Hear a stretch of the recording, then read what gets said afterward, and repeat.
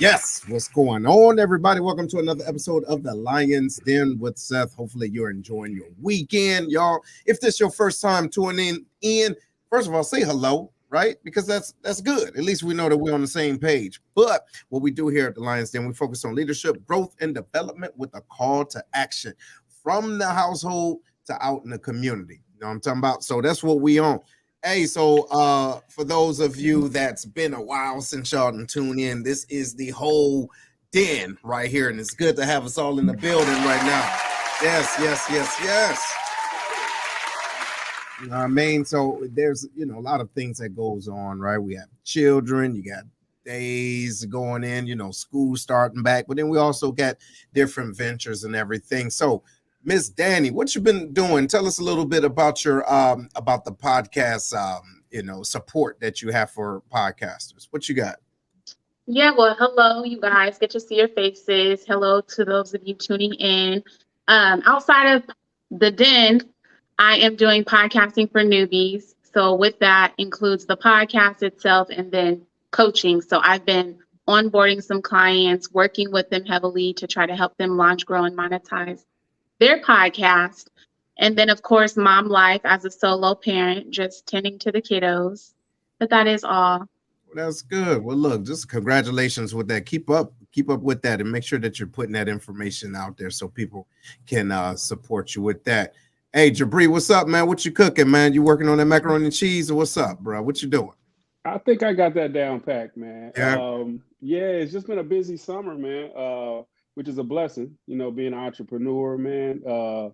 Just the fact of people wanting what I have to offer, look, it's a blessing. So, I got a school-age daughter. Well, not school-age. She's in college, man. So she's been taking classes over the summer, and her classes start back tomorrow for the fall semester. So, wow. Well, that's what's up, man. Now, where you cooking at? You still in San Ann, or how far do you go around San Antonio? So I've actually flown to different places to do different things. Mm-hmm. The majority of my clients are in San Antonio. Different days of the week, I do different things, but a lot of things have been going on this summer as far as different events, different private type dinners and everything. So I've been busy, man. I've been really busy. All right, that's good. Well, look, ladies and gentlemen, make sure y'all go and check out and support Jabri and his cooking ventures. All right, word is he can freeze dry and email you some food at the same time. All right, email it. Oh, bro, hey, that was the quickest way I can get some of that. You know what I'm talking about? But what you been up to, man? What's going on with your? What's up, man? It seemed like you've been trying to do something. And I think you forgot how old you were. What's going on, bro? Well, man, the thing is, man, I was playing against people 20 years older than me. That's what the problem is. Older than you? Yeah, man. Hey, so I went out there and tried pickleball, right? Mm-hmm. And me being the go-getter that I am, sometimes I forget what size I am, and I'm not the same 215-pound guy running around the court. Mm-hmm. Yeah. So, you know what I'm saying? I took a great fall out there. It's on video. Uh-huh. And, man, I can't even barely lift my shoulder up. Yeah, it was bad, man. It was all the way bad. Trying new things, trying to change. See? You know what I'm saying? I was trying to change, but I didn't follow the proper steps. Yes. See, I was on my ass. That's what happens. And so, ladies and gentlemen, that's what we're going to talk about, right? How to stay on your feet and not on your ass, all right, as we talk about these daily habits. So think about it, y'all.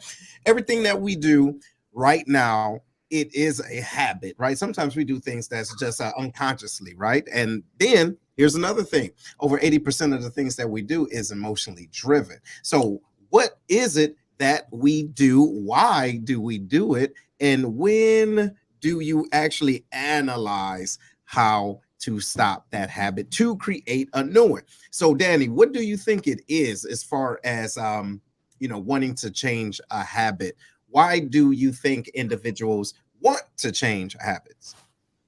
I think a lot of it, especially, us skin folk, is just wanting to get out of a bad circumstance, sick and tired of being tired, wanting better, wanting to change their circumstances for their families, wanting stability, wanting more out of life. Mhm. What about you, Jabri? What you think, bro? I think it's strictly results, man. If you're doing the same thing every day and expecting different results, what do they call that insanity, right? True. Mhm. So there has to be a point where we realize what we're doing is not getting us to where we want, and Mhm. then you have to backtrack those steps to realize, hey, I might need to start over and just start doing things a little more different. Okay. Well, no, that makes sense. So, but listen to this though, Herm.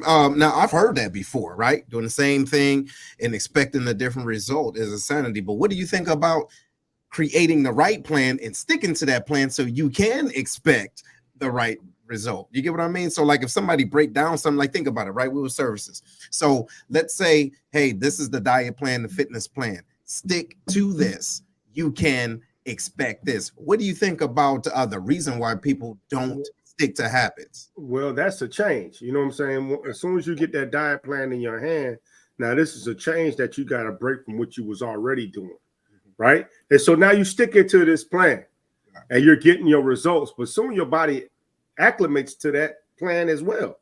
Right. So if you continue to do the same thing after your body got acclimated to it, you're not going to see that change.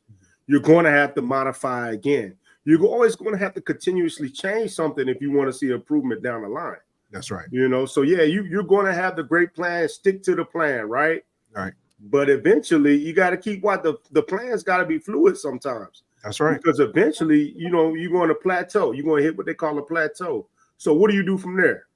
Let's tweak. You ain't got to scrap the whole plan, but let's modify a little bit. Yeah. Let's tweak little things here and there so we can continue to improve. Stay uncomfortable and continue to improve. No, I like that. So look, ladies and gentlemen, it's going to school time. All right. The kids are back in school. Now it's time for your ass to get to school. Now I want y'all to really think about this. Okay. Write this down or rewind this. All right. And hopefully you're hitting this like and subscribe button so you can watch this again. Right on. So here's the steps, right? As far as creating new habits, you have to have your intentions, right? Think about your intentions, your behaviors, and then your habits, right? Analyze those things. And then your practice. You have to continuously practice it because, ladies and gentlemen, you're not going to be a subject matter expert if you don't get used to it. And then it will become second nature. And you become to internalize it in your daily routine. And then after that, you become who you want it to be in the beginning of changing that daily habit. So Jabri, what do you think the hardest part of that cycle that I just read off is in your opinion to changing the habit? I think we all have the intention to want to do better, but it comes at about step 2 or 3 to where society has gotten us to believe that things should happen a lot faster than they do. Right, we have a air fryer mentality, right? We don't get on for a metaphor term. We don't get on the stove and we don't slow cook things no more, and we want results right now. Like if we invest some money in whatever, right? We like, hold on, I just put $100 in here. Why I'm not rich yet, right? Right. Or I started working out last week. I don't see no results. This is ridiculous. And so we have to really maintain our we have to really just keep streamlining the process and understanding that it takes time for real change to happen. Right? Yeah, I like that. So Danny, what do you think about shortcuts? Because it's so easy that there's a process with everything. So, but how do you think shortcuts can work and can be detrimental? What do you think about that? So when I think about shortcuts, I do agree with Jabri. We live in a microwave society, and a lot of times on social media, we see somebody who has attained a certain level of success.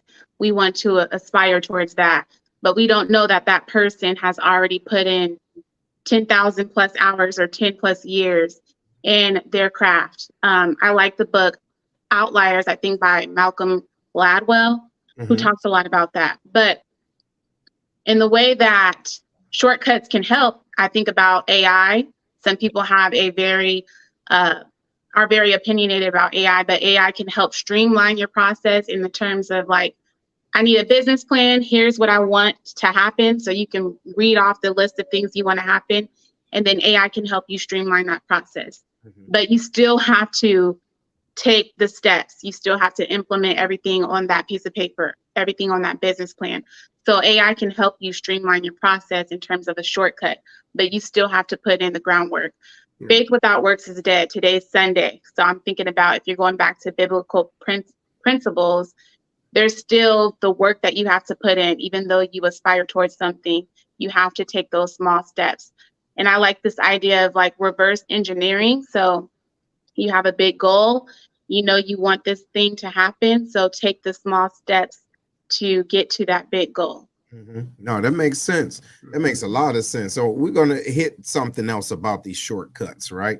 But before we do, I want to talk about this real quick with James. Shout out to you, James. Thanks for reaching out. He says, it's similar when the plane initially takes off and hits the turbulence. Most people don't want to deal with their brand of turbulence before they get to where they need to be in their lives. Okay, right. I can see that. I can see that. And so, but think about this though. Herm, tell me what your thoughts about this Ozempic. Okay. My thoughts are, well, I got to talk about Ozempic. It was man. I wanted to talk about something else. You trying to play me, dog. Wait, no, I ain't. No, look, no, real talk. I mean, because I was thinking about, I'm like, you know what?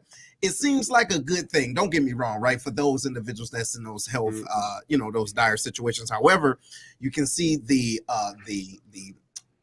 downside to it, right? The sunken face syndrome, right? They have more adverse, body functions than actually positive. You know what I'm talking about? What do you think about that? I think with stuff like that, man, they gotta stay in consult with their doctors. Yeah. You know what I mean? Because the doctors are prescribing this stuff.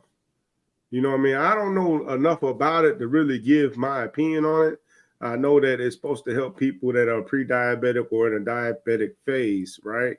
You know what I'm saying? So, there's probably examples of great results and examples of results that are not so great. But at the end of the day, you know what I'm saying? They gotta stay in tune with their doctor and follow what their doctors tell them.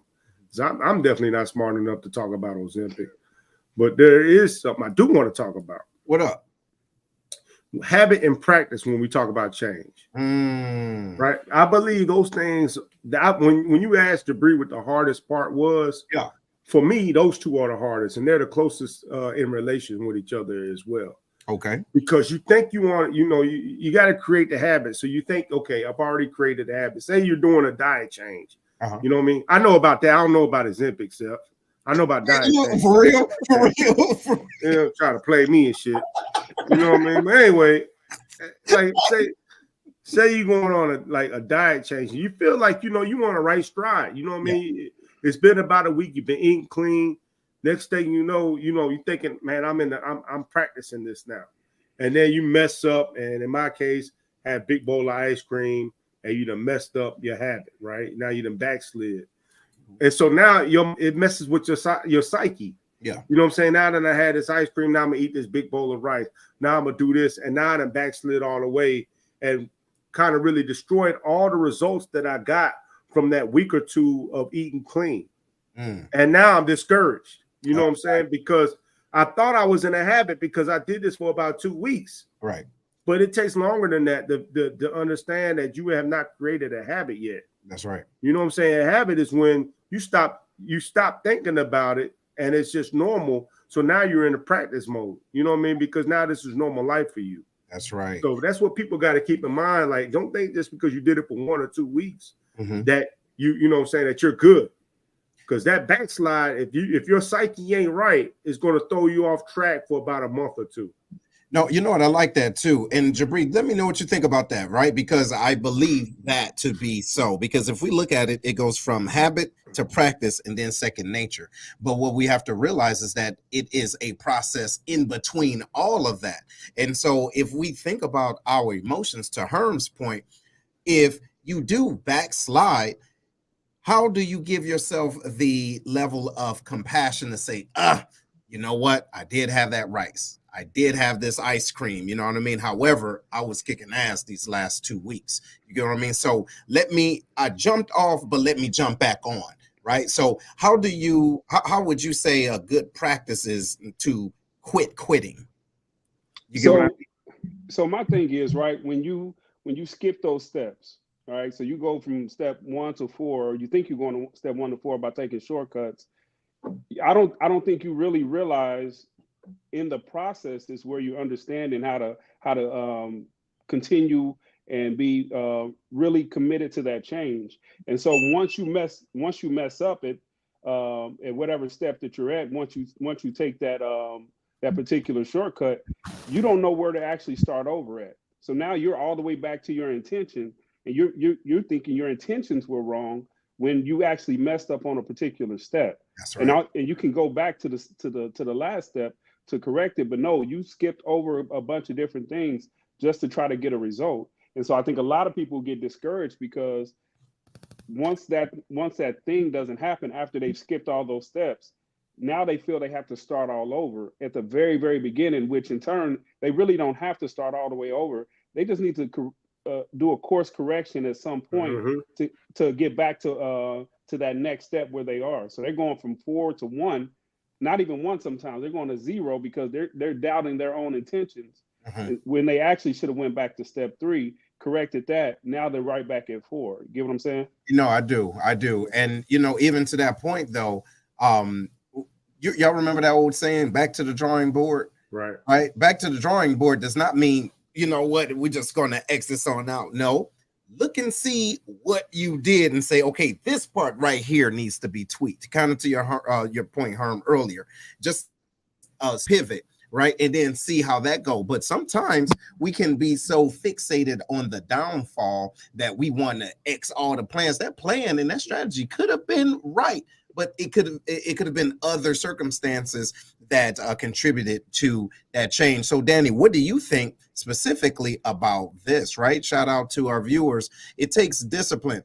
What type of discipline do you think it takes to create a new daily habit? I think it's all tied to physical, mental, spiritual, and it does take like 90 days to develop a habit. And when you are trying to unlearn those bad habits, you do have to replace it with something positive. So maybe you're not, and I think this is where people like going back to the whole New Year's resolutions, trying to have wellness, people try to jump and transform within a day, just trying to be different than where they were a day ago. So it takes like Nikki said, it's going to take discipline. So slowly, if you have 5 goals on your list for wellness to be better, work on the first thing. And then once you have formed a habit and that feels habitual to you, then you can move on to that second thing.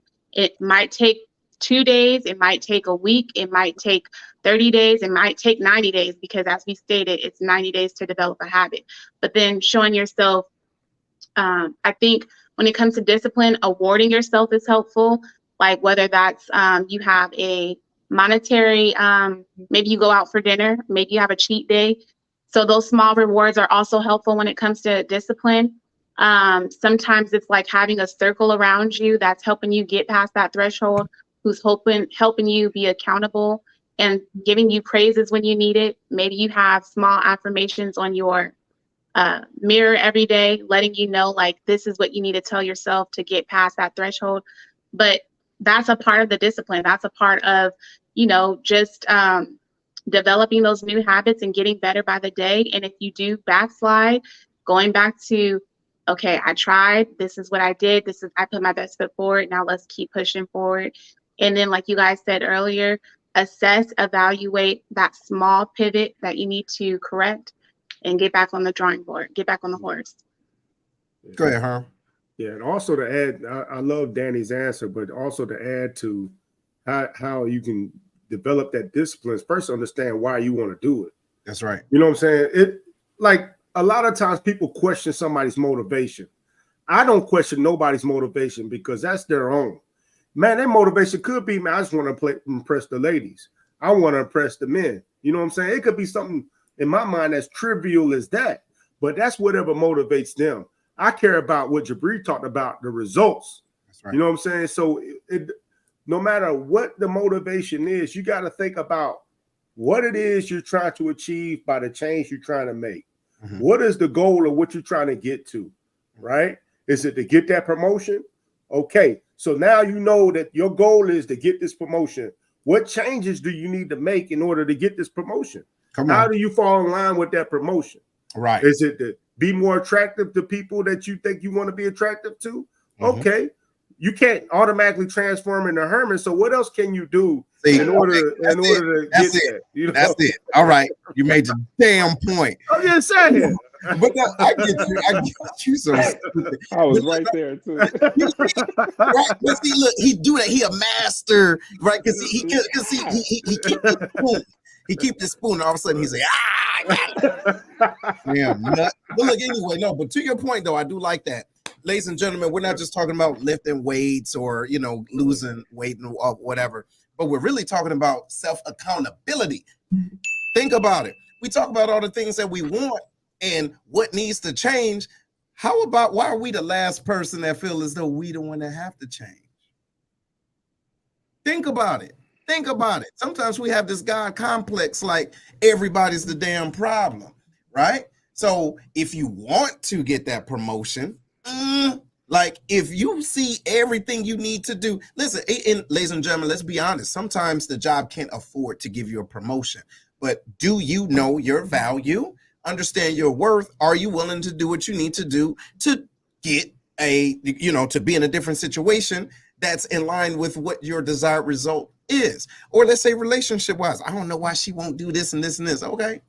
But what are you doing to create that space? Right. You see what I'm saying? Like this can be done everywhere. So Jabri, man, what do you think about that, man? As far as the accountability piece, why do you think people struggle with holding themselves accountable when it's time to change? Because see, we can talk about, like I can talk to Herm every day, man, such and such need to happen, such and such need to happen, but then it always come back around, well, what can you do? So why do you think it's hard for individuals to have that conversation?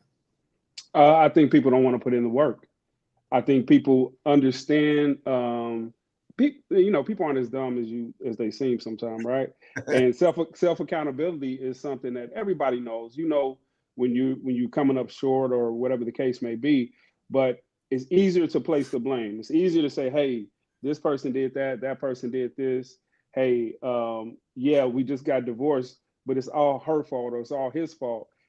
No, if you look at the equation, you were part of the equation every single time, and so there has to be at any level that you're at, whether it's relationships, whether it's fitness goals, whether it's mental or spiritual health, we have to look within ourselves to understand, hey, what is it that I'm doing wrong? What is it that I could be doing better? Because accountability isn't always placing blame. Accountability at times is sometimes just assessing yourself and seeing what you can actually do to move forward and be better. And I think a lot of times people look at self-accountability as a negative thing. No, it's probably the most positive thing that we can do when we look at ourselves and we realize, hey, I failed myself first and foremost before I put anybody else in the equation, and I can do better with this or I can do better with that.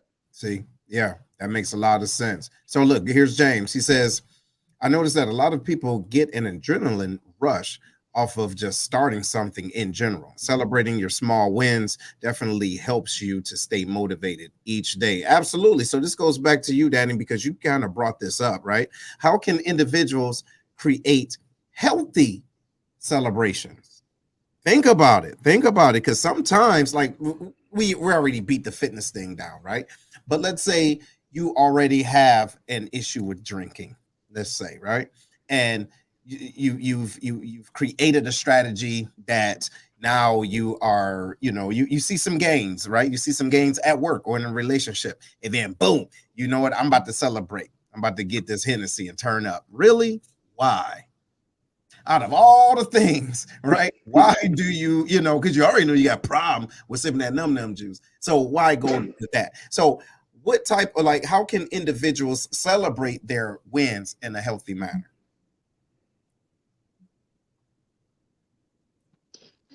I ain't stump you, did I?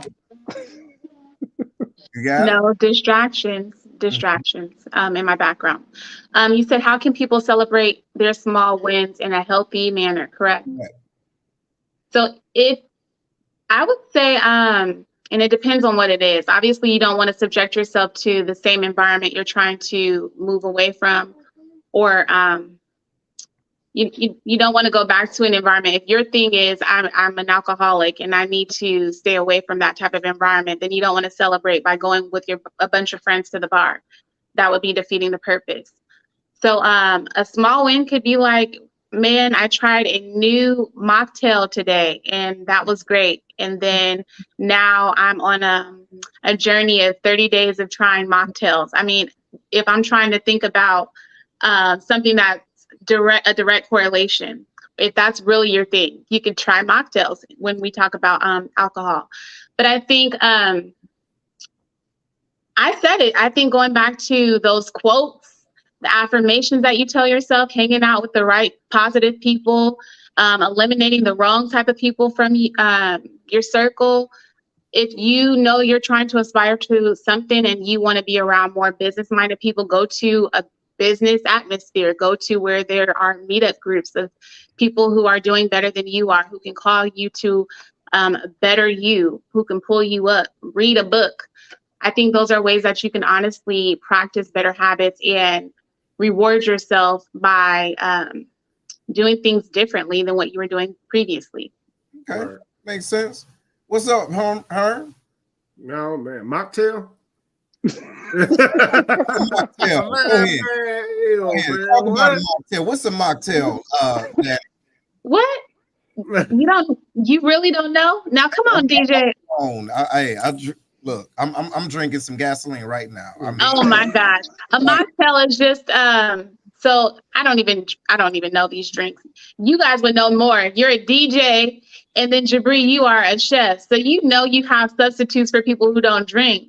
I've heard of it, but I definitely don't know what a mocktail is. Maybe on Cartoon Network. I don't know. I have substitute for people that don't drink. It's called so instead of, I don't even know. I don't know any names of any drinks. It's like a Long Island iced tea. Maybe you just have tea for the full drink instead of having the alcohol. Oh, so in my house. So in that case, you just remove the Long Island part?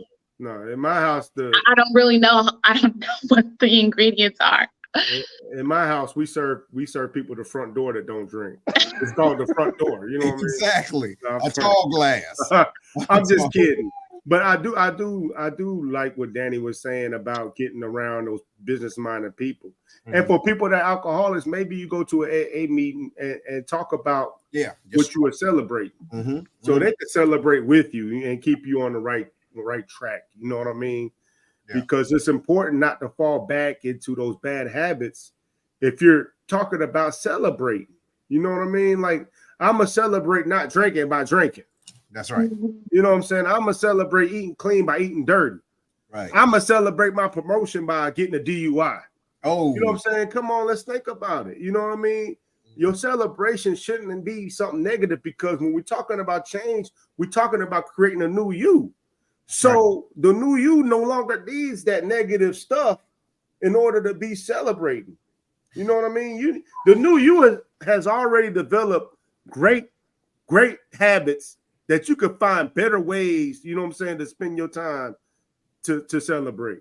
Yeah, I like that. Go ahead, Jabri. So I really think we need to start setting better goals.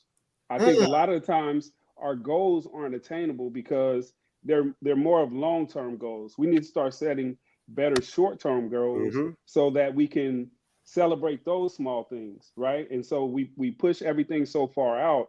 Like one particular thing that I've heard when people say, hey, I'm dating with a purpose, right? And a lot of times when they say that, they're dating for the purpose of marriage, right? They want to marry somebody down the line.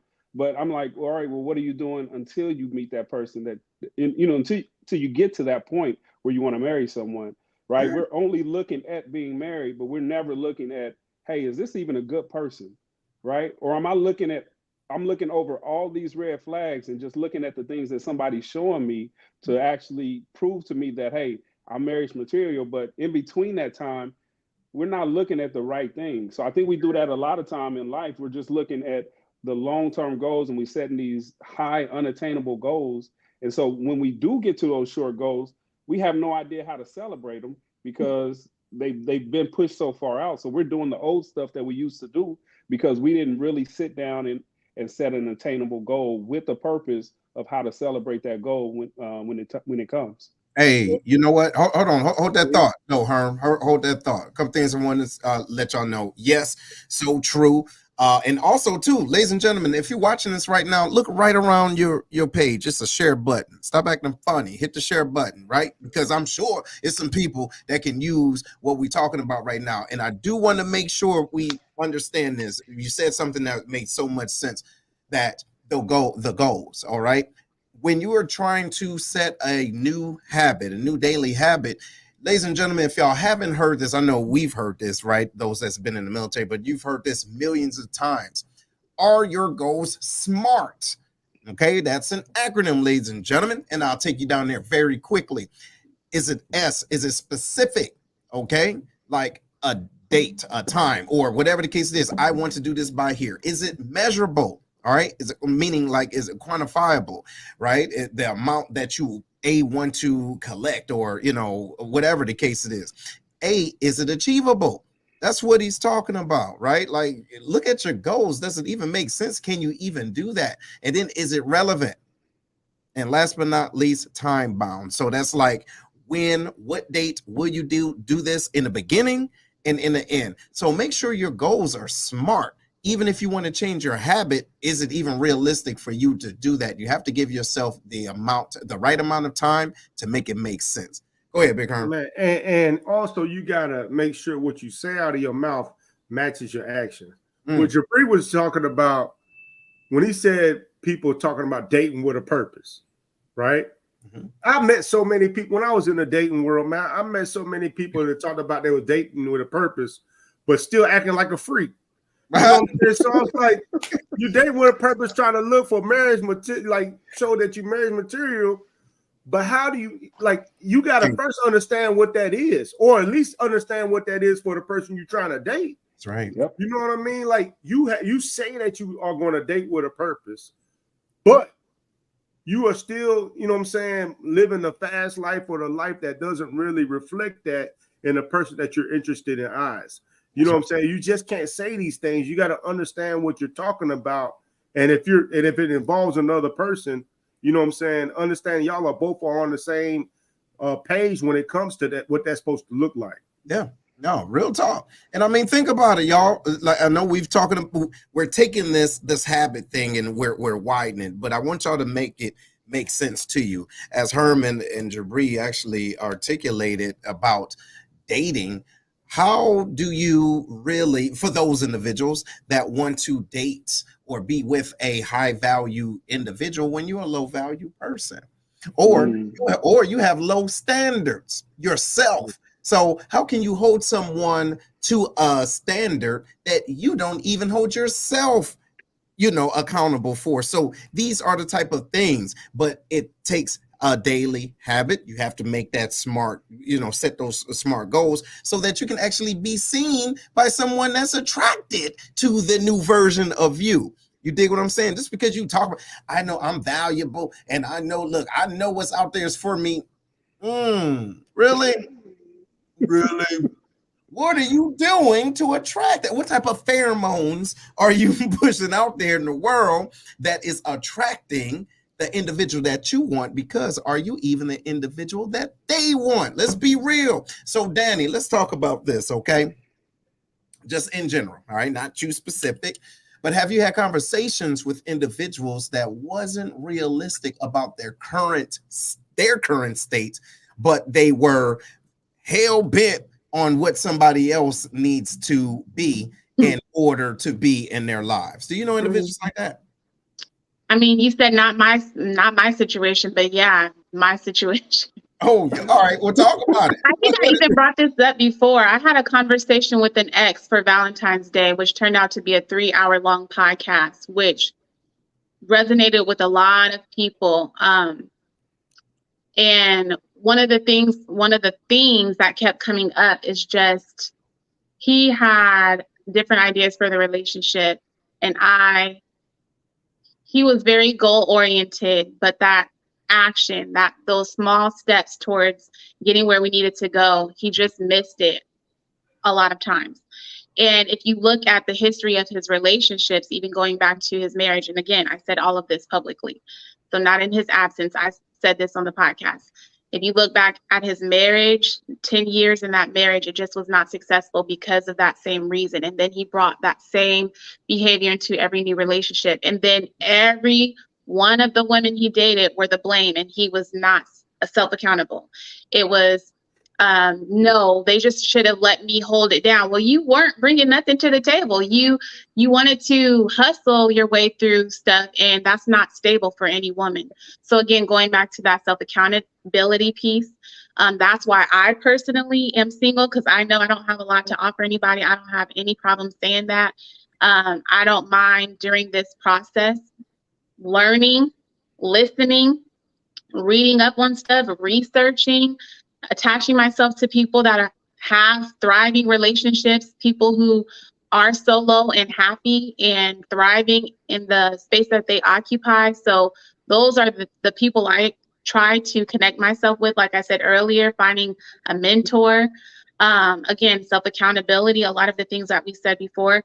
But I think in that case, he struggled because he saw everybody else's shortcomings instead of his own.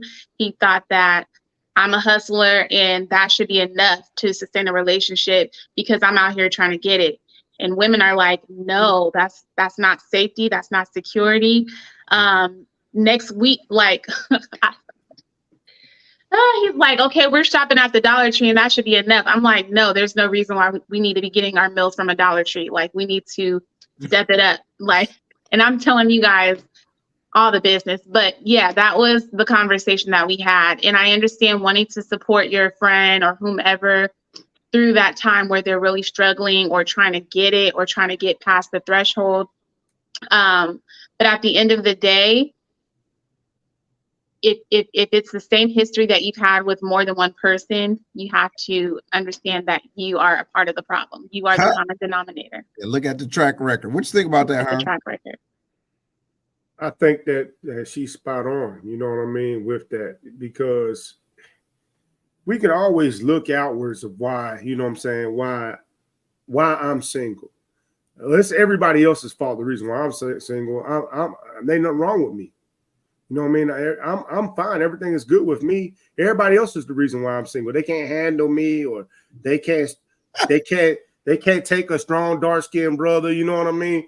All these different reasons why, you know what I'm saying, why I could use if I was single. I'm happily married, but I'm just saying if I was single, there'd be a whole bunch of reasons that people could make up why they're single. And it never has to do with them doing what the topic of the show is. It's changing something about themselves. That's right. I'm not attracting what I want to attract because I'm over here, you know what I'm saying, with my head pumped up thinking everything is all right with me. But there's some kind of trauma within me that's making me unattainable for the people that I want. You know what I'm saying? I'm throwing somebody off. I'm throwing multiple people off somewhere, you know, but instead, they just can't handle me. See, they ain't ready. They ain't ready for me yet. Yeah. No, yeah. You're really not ready to address the real problem. That's what it is. You're not ready for the version of you that you say you want. So check it out. Jabri, man, what do you think about this? What type of person should an individual surround themselves with so that they can hear the damn truth? Think about it, because we have a lot of delusional individuals out there, ladies and gentlemen, that connect themselves with more delusional individuals that echo your delusion. You dig what I'm saying? So if you're supposed to be changing your daily habits and you're talking to a confidant, right, or a good friend or relative or whatever, what type of person, should you surround yourself with, and how should the conversations be? Like, how would you frame that conversation to know that you're talking to the right person? So I think you really need to be around the change that you want to be. So you need to see that in the person that you're around, right? And so a lot of the times we surround ourselves with who we were, and it doesn't get us anywhere because it's a crab in a bucket mentality, right? They can pull you down a lot faster than you can pull them up. And so when we really look at that, we really have to make sure that we're surrounding ourselves with those type of people. instead of the things that we say, we should be listening more, because if we're around people that we want, that we can see ourselves becoming, then there's a lot of information that they have to give to you rather than you doing all the talking. A lot of times when I feel like I'm doing all the talking, I'm like, all right, well, I need to level up in my conversation, because I want to learn more in any situation or any room that I'm in. So so when I'm surrounding myself with like-minded individuals that want to attain more and want to do more, I find myself listening 2 times more than I actually do talk. Can I ask a very quick question? Do Sure. you think that somebody could advise you if they did not have that experience? Sometimes the advice might be good, but they just never had the same experience. What are your thoughts on that? So I think it's perspective as well, right? Because a lot of the times when we say people who haven't been in our situation, they don't have nothing to tell me. People who don't have kids, they can't tell me about kids. But more so, a different lens can actually show me a different perspective, right? Because a lot of times we're looking forward to take care of whatever we have to take care of, but the people that don't or haven't been in our situation, that may not have kids, they're looking at it from a totally different perspective. We're not watching our back, right? For non-military folks. So we're not watching our back because we're always eyes forward. So again, I can learn a lot from a lot of individuals. So I always go in with an open mind to learn, right? I never walk in a room thinking I'm the smartest person, because I always can learn something from someone. I like that. Check this out. I'll tell you one thing. If 2 people told me not to smoke crack, one never smoked it, and one did, I'm gonna listen to the one that did. Yeah, dig what I'm saying? Because they got life experience and say, hey, look, that crack is a monster. You know, this is what I had. This is where my life was, okay? I done got hooked on that damn monkey, and this is where I'm at right now. But for somebody else, look, this is your brain. This is your brain on drugs. You know that's a gateway. You're going to be a crackhead. Okay, really? But also think about that go person ahead. who hasn't smoked before. How did you get to the point where you've been surrounded by this all your life, right? Right. To say, Yeah. And you were able to avoid that, because I need to know that as well. So That's I think true. it's just as important. Yeah. I watched Menace to Society. That was all I needed right That's there. all. Hey, see? Yeah, when he said what he said, Right. I was like, I'll never do anything that make me want to do that. Right. So look, check it out. I'm about to ask this question for the den and also to the audience, y'all. So hopefully y'all hitting the share button, you're liking, you're subscribing. Here it is, Miss Frank. She says, but what if people sometimes put up a facade and avoid honesty and vulnerability because they do badly? They do badly want to be in a relationship. What do you do? So y'all, what y'all think about that? What you think? You know what? Let me give this to you, Miss Danny. Yeah. What you think about that? Right? People fronting. Okay. If they're showing you their representative, or who's fronting? No, yeah. So here it is. Read it again. But what if people sometimes put up a facade and avoid honesty and vulnerability because they do badly want to be in a relationship? What do you do? I'm hearing it, but is she saying the person that wants to be in a relationship with the other person that is yeah, that's the one that's avoiding, not being transparent. Yeah. I mean, what do? You I think that goes to wanting to fix people. You got to learn to say, okay, this is not, until you are in a space where you can be honest, where you can be fully transparent, where you possess emotional intelligence, then we can entertain a relationship or we can continue to go forward. But if you don't have those things, I'm not your person, and be okay with that. Okay, well, this is what I think, and tell me what you think, Jabri. I believe if a person tells you one thing, they'll show you eventually. All right, they'll show you, right? No matter what they say, right? No matter what they say, you cannot put yourself in a position that that you're higher than, if that makes sense. You have to somehow, if you're not being transparent, your track record would show it. You get what I'm saying? Your habits, your daily habits, right? Your second nature, will come up in this relationship. You get what I'm saying? So I say just watch them, because if they tell you, if they're, you know, showing you their representative, right, that first 90 days, you don't know, right? You just hope for the best, but you have to be cognizant. All right, what'd you think, Jabri? So I think we do a horrible job at rushing the process, right? Yeah, it's going to come out eventually, but a lot of the times we rush the process so much that by the time it does come out, we've already committed ourselves to that particular thing.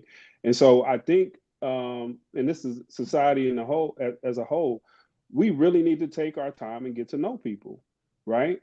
You need to have real conversations, right? Stop asking people what their what their zodiac sign is. That don't mean anything. Start really sitting down and realizing what that person is actually saying. Hear them out, right? Hear those individuals out. I've told people before, hey, yeah, I'm gonna sound real good when I talk about myself, when I put my myself on paper, right? Yeah. I'm gonna look good when I do that. Give me some time to watch my actions, because you can say a lot of things, but your actions have to align up with your words. Yeah. Right. And so when I've even told my daughters this, let these guys talk. They're gonna talk. It's gonna sound real good. But what's the difference between you acting on something they say right then and acting out in the future once their words have caught up to their actions? That's right. Right. So a lot of times we just need to really just take our time. And again, people are good at putting up a facade because we've actually given them open book tests on what we are and who we want. Right. So and I'm just talking about women in this particular instance. They've told a lot of these guys, hey, I want a guy that's this, and this. You know what a lot of these guys are doing? Going home and studying how to be this, That's right. and this. That's right. And then they come back showing you their representative, and now you all googly-eyed over this, and this. And he's like, look, if she had waited like a month later, I done ran out of money. Hey, my mom started letting me use her car. You know what I mean? Come on. So we really have to take our time. There's nothing wrong with waiting, right? I'm 45. I've been single. I was single for a long time. And so for me, it's like, all right, well, what's the rush? When that person comes, I'll know. And I don't care about taking my time, because if it bothers somebody that I'm taking my time, that person just isn't for you. We're trying to make people into who we want them to be because it feels good in the moment. We got to stop feeling good. We got to start realizing people have bad intentions, and we can't be surprised when those intentions are when they actually come out. No, absolutely right. And sometimes, like we said before, man, people will bring old bricks trying to build a new house, and you really can't do it. You just go and build that joint up. So, hey, Herm, I know you have some technical difficulties, but what do you think about that question? Yeah. Man? So here's what I want, because I heard some of Danny's answer, and I heard the last part of Jabri's answer. So I think they covered that part. But what I want to say is that if you wait and a person changes during a relationship, it's not that, you know, it probably ain't because you met their representative. Maybe some things happen in a relationship that caused the person to change as well. You know what I'm saying? So a lot of times, like in the beginning, the waiting, the courting period, you know, we both were meeting each other's representative.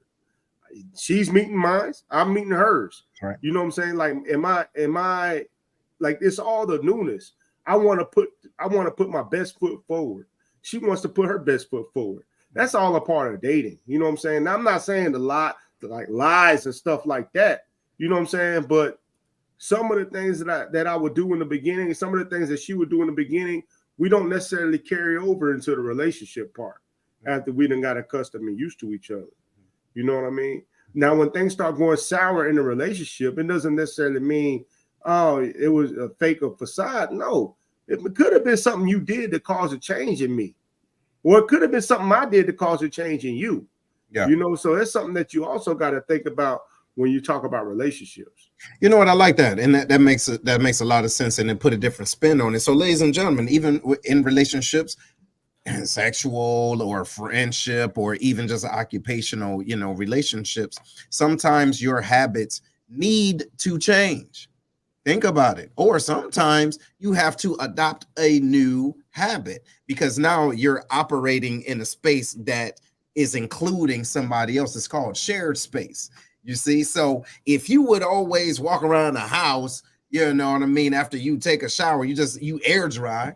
You get what I'm saying? That might throw somebody off like, hey, do you mind kind of like, air drying in the bathroom, right? Getting situated because that throws me off, right? Extreme. But to that point, if the individual, if the situation, or if the desired result mean that much, all right? Now, this is for you, Danny. What should people consider before even changing their habit? Think about it. Like, is this relationship, is this this diet goal or this occupation that important for me to change my habit and to incorporate these steps? What type of things do you think people should consider? I think honesty, definitely. Am I being truthful? Do I have the capacity for this? Do I have the bandwidth for this? Is this realistic? Going back to the SMART goal, the R in SMART, is this a realistic goal? Is this practical for me? Am I in over my head? Like, am I realistically going to make $1 million in 1 month if I have nothing set up to get to that goal? So just going back to that framework that you had set the precedent for before, I think the first thing was intention. Yeah. Those are the things that you have to be mindful of when you're starting out. Do I have the intentions, the right intentions for the goal that I'm setting for myself? Am I being truthful and honest? Like that. What you got, Herm? Well, talking about relationship, right? Is this my change or my significant other's change? You know what I mean? Like, you know, what am I changing? What am I changing it for? Like, a lot of times I hear women say, or even men say that they had to cut off the opposite sex friends because they got involved in this relationship. While sometimes I do understand that, you know what I'm saying? Sometimes that can become extreme. Like, man, they were best friends for years. You know what I'm saying? Nothing crazy platonic. They were best friends, but they had to cut them off because of the relationship. And now the relationship is over. Guess what happens? They try to go back to being friends, and it's not the same. You know what I mean? So sometimes you got to think about, okay, why am I making this change? Is it really for me? Do I believe in this change? You know what I'm saying? Now, the significant other could want you to change something that can make sense to you. And you're like, you know what? I'm feeling that. This will be my change.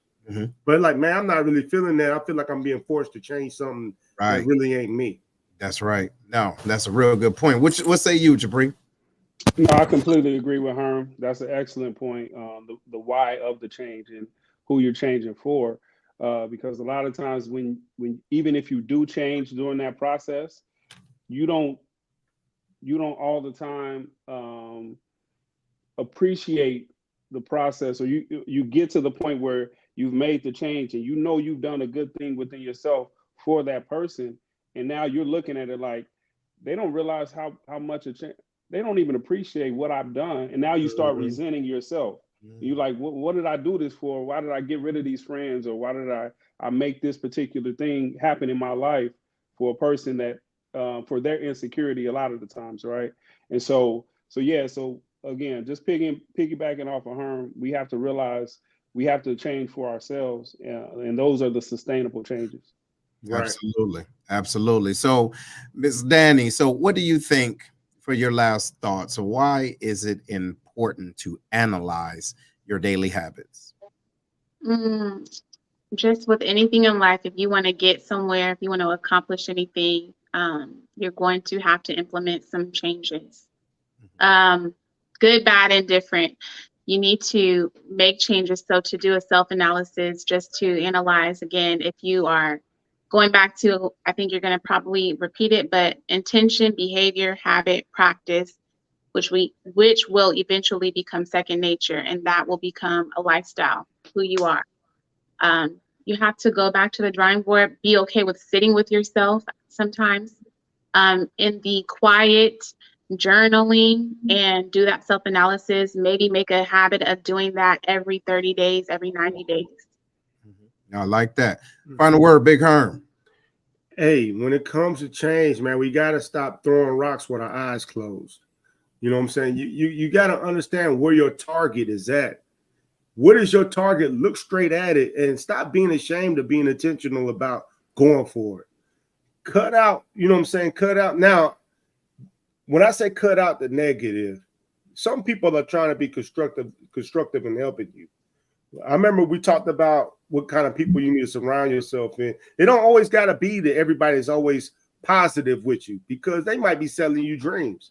You also need you need them people that's also going to tell you the truth. You know what I'm saying? So keep those people around that trust, that you know that they have your best intention at heart when they're talking to you. Open your eyes and see where you're trying to go, and go there with purpose. That's right. That's right, y'all. That's what it is. That's exactly what it is. So y'all think about this. And again, Danny, I will repeat it for those in the back. So those stages, right? The stage, excuse me, of creating new habits is being intentional. And then your behavior must change. Okay. And then your habits, right? That's part of it. And then the practice. So practice it on a daily basis. And then it will become second nature. And then as it becomes second nature, you look back and then you will see that's who you are now. All right. So ladies and gentlemen, stay intentional and think about what you're doing right now. Ask yourself, why am I doing this? Do I need to change? You might need to. Right on. But before we go, I do want to thank everybody for tuning in, for sharing, for commenting. Thank you, everybody. First of all, big shout out for everybody doing that, right? Because it's Sunday, you know what I'm talking about. You could have been everywhere and anywhere, but you are here today. Thank you, Ms. Frank. And so very quickly, we had an exclusive show. Make sure you tune in to it, right? It will be tomorrow. So that's on the, what's that, 26? Yes, 26, 6 o'clock. Eastern Central, 7 o'clock Eastern Standard Time. We will be talking about Women's Equality Day. All right. So we had a panel, and the title is, the title is One Conversation at a Time. Y'all, woo, some good stuff, real good stuff. So I highly encourage you, tune in, chime in, so y'all can get some of that good stuff. Right on. But other than that, y'all take care of each other. All right. We'll talk to y'all on Flip Flop. Later.